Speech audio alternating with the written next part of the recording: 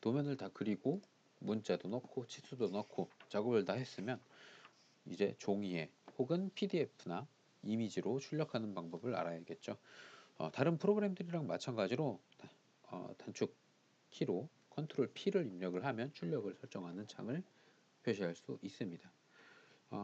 명령어로 하려면 plot 플롯이라는 명령어나 print print라는 명령어를 사용을 하는데 굳이 명령어까진 알고 있지 않아도 돼요. 컨트롤 P면 다 해결이 되니까요. 자, 이렇게 출력하는 창을 설정 창을 열었으면 가장 먼저 해야 될 거는 프린터를 정하는 일입니다. 요 이름에 클릭을 해주게 되면 사용할 수 있는 지금 현재 사용하는 요 컴퓨터에 설치된 프린터들이 목록으로 쭉 나와요. 여기에서 출력을 할 프린터를 설정을 해주면 되는데 요번엔 PDF를 기준으로 해서 설명을 드리겠습니다. PDF에도 바꿀 수 있는 게 여러 개가 있는데 뭐 한컴 PDF, 어도비 PDF 이런 것들도 있겠죠. 하지만 오토캐드 설치할 때 같이 설치되는 오토캐드 PDF 혹은 DWG2 PDF 요걸 사용해 주시는 게 좋아요. 그 이유는 마지막에 다시 한번 설명을 드리겠습니다. 자, 오토캐드 PDF에도 종류가 4개나 있는데 이거는 같이 출력될 때 사용하는 이미지들의 품질에 따라서 조금씩 다른 거예요. 품질이 높으면 용량도 조금 더 커지겠고 그리고 살짝 이미지의 열화 같은 거나 그런 것도 줄어들겠지만 출력할 때 시간이 조금 더 오래 걸릴 수가 있겠죠. 일반적인 상황으로는 제너럴 도큐멘테이션을 사용을 하면 대부분 출력할 때 큰 문제가 없습니다.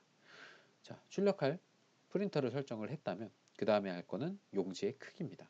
용지의 크기에 요 밑에 나오는 리스트들은 위에 있는 플로터에 저장이 되어 있는 게 밑에 리스트들로 나타나게 되는데요. A3로 출력을 해볼게요. A3는 오토캐드 PDF에 저장된 거는 ISO 전체 페이지 요 중에서 A3 요게 있고요. 그 다음에는 ISO 확장 A3랑 그냥 일반 ISO A3 이렇게가 있는데 이것들의 차이점은 공백의 차이예요. 출력을 하게 되면 보통 종이에 꽉 차게 출력되지 않고 왼쪽, 오른쪽, 위, 아래에 여백이 들어가게 됩니다. 그래서 요게 그거에 따라 종류가 조금씩 갈려 있는 건데 ISO A3 요거 같은 경우엔 여백이 위아래로 17 왼쪽 오른쪽에 5mm씩 설정이 되어 있는 거고요. 그리고 확장 같은 경우에는 10, 15, 5 이렇게 설정이 되어 있어요.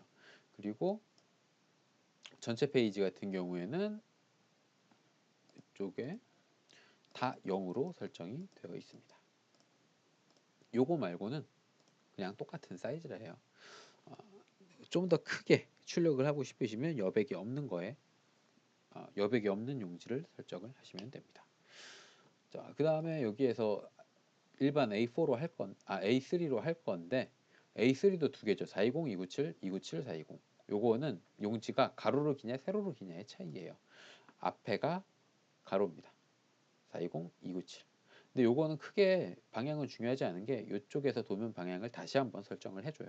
지금 세로로 해놓으면 요게 가로라 그래도 세로로 돌아가서 길게 출력이 됩니다. 자,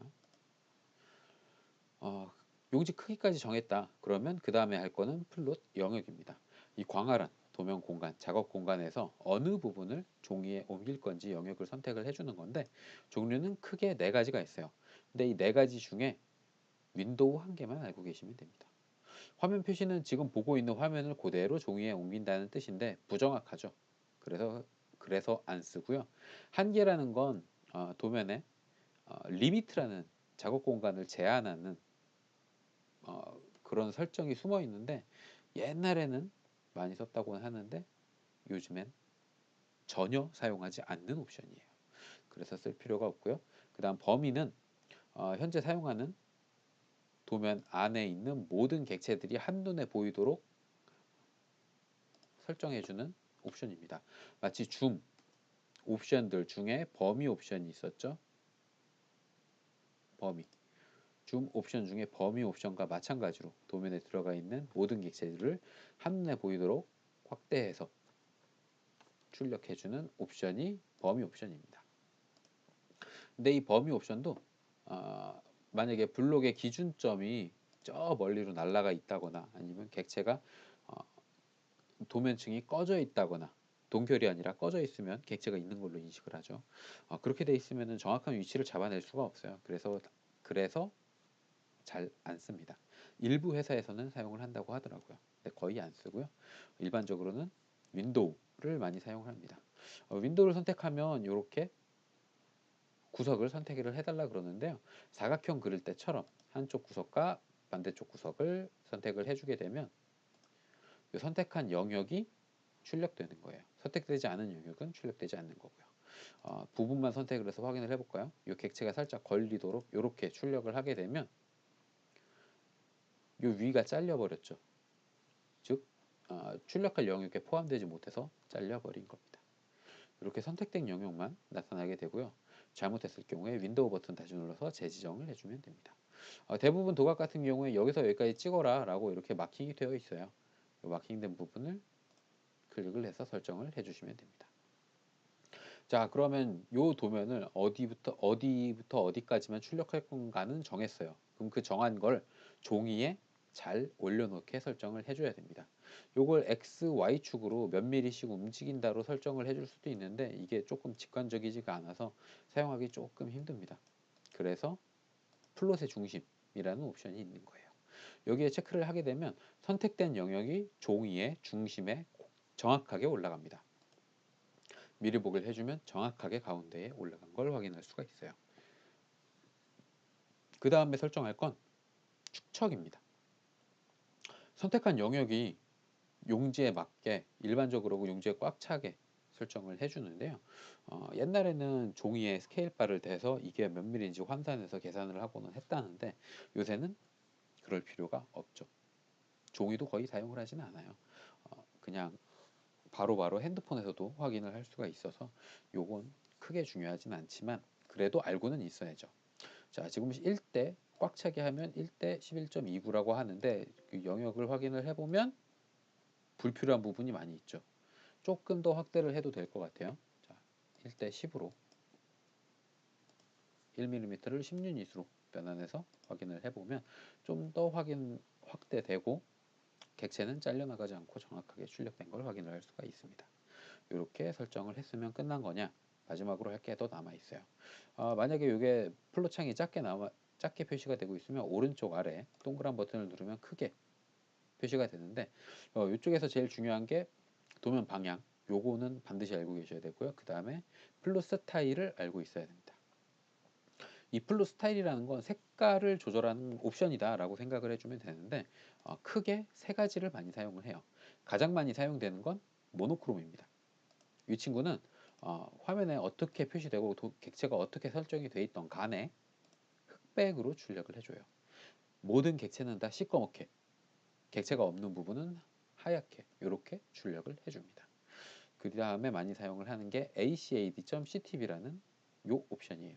이 친구는 뭐냐면 객체 색깔이 빨간색이면 빨간색으로, 노란색이면 노란색으로 출력을 해줍니다. 미리 보기를 확인을 해보게 되면 이렇게 빨간색 선과 하늘색 선, 빨간 선과 하늘선이 그대로 출력이 되는 걸 확인을 할 수가 있어요. 이 색상 조언은 편집 버튼을 보면 어떻게 제어가 되고 있는지를 확인을 할 수가 있는데 자, 1번 색상, 빨간 색상 같은 경우에 색상의 객체 색상을 그대로 사용을 하게 되어 있죠. 즉 빨간색을 빨간색으로 출력한다. 녹색을 녹색으로 그대로 출력한다라는 뜻입니다. 모든 색상들이 다 객체 색상을 사용하게 되어 있어요. 그래서 컬러로 나오게 되는 겁니다. 근데 모노크롬 쪽을 확인을 해보면 모노크롬 같은 경우엔 1번 색상도 검은색, 50번도 검은색, 모든 색상이 다 검은색으로 출력이 되게 돼 있어요. 그래서 흑백으로 출력이 되는 건데 이쪽 리스트에 보면 255번까지의 색깔밖에는 없죠. 즉 1번부터 255번 인덱스드 컬러만 CTV를 사용을 해서 제어를 할 수가 있는 겁니다. 그래서 이 과정 처음 시작할 때 제가 객체 색상, 도면층 색상 설정을 할 때 트루 컬러는 웬만하면 사용하지 않는 게 좋다라고 설명을 했던 게 바로 이 이유예요. 트루 컬러를 사용하면 모노크롬을 사용을 해서 흑백으로 변환을 할 수가 없습니다. 그래서 웬만하면 이쪽을 변환을 하는 걸 설명을 드린 거고요. 자, 한 가지 더 알아두면 좋은 플로 스타일 테이블은 그레이스케일입니다. 그레이스케일은 모노크롬이랑은 다르게 이렇게 회색조로 출력을 해줘요. 검은색은 시꺼멓게 되는데 그 외에 빨간색, 하늘색은 살짝 흐린 회색으로 출력을 해줍니다. 음영이라고 생각을 하시면 돼요. 회색 음영조로 출력을 해준다. 그렇게 생각을 하시면 되고요. 자, 탭에 보면은 다 객체 색상을 사용하게 되어 있지만 회색조가 켜져 있는 걸 확인을 할 수 있습니다. 모노크롬에서 AC 에디션 CTB에서는 이 친구가 꺼져 있었는데 요게 회색조가 켜져 있기 때문에 흑백 여러 단계의 검은색에서 흰색까지 여러 단계를 나눠서 흐릿한 회색으로 출력을 하게 되는 거죠. 자, 이번엔 모노크롬으로 해놓고 출력을 한번 해볼게요. 자, 확인 버튼을 누르면 이 프린터가 일반 프린터다, 실물 프린터다 그러면 종이로 출력이 되게 되고요.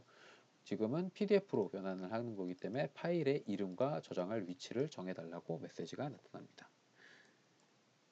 ACAD 이런 걸로 저장을 할게요.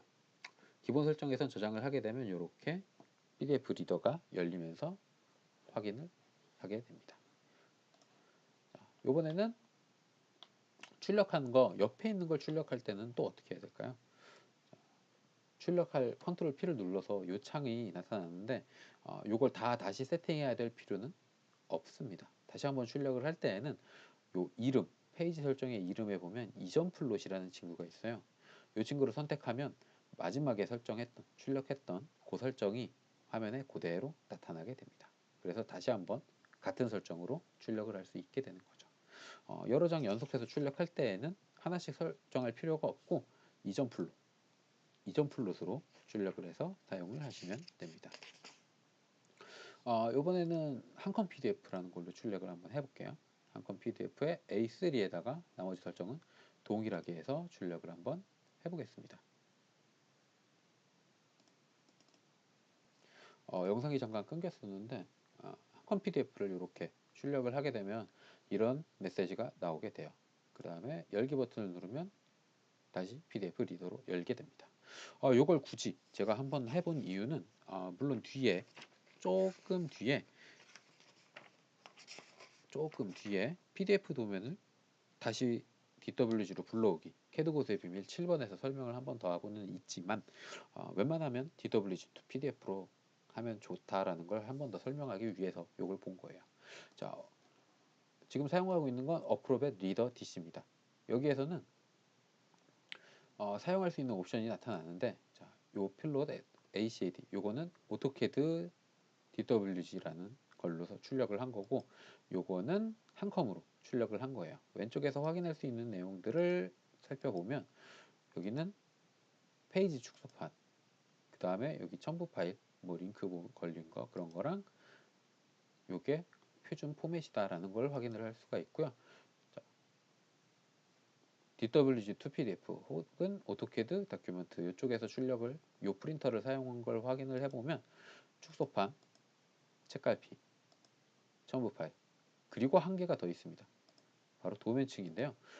오토캐드의 제조사인 오토데스크와 어도비의 기술 협약으로 요게 추가로 생겼어요. 그래서 PDF로 출력을 한 다음에도 도면층을 껐다 켰다 하면서 확인을 할 수가 있습니다. 나중에 설명할 이 PDF를 다시 도면으로 전환하는 기능을 설명을 할 텐데 그때 이 도면층이 정보가 살아있으면 도면층 정보를 그대로 사용을 할 수가 있어요.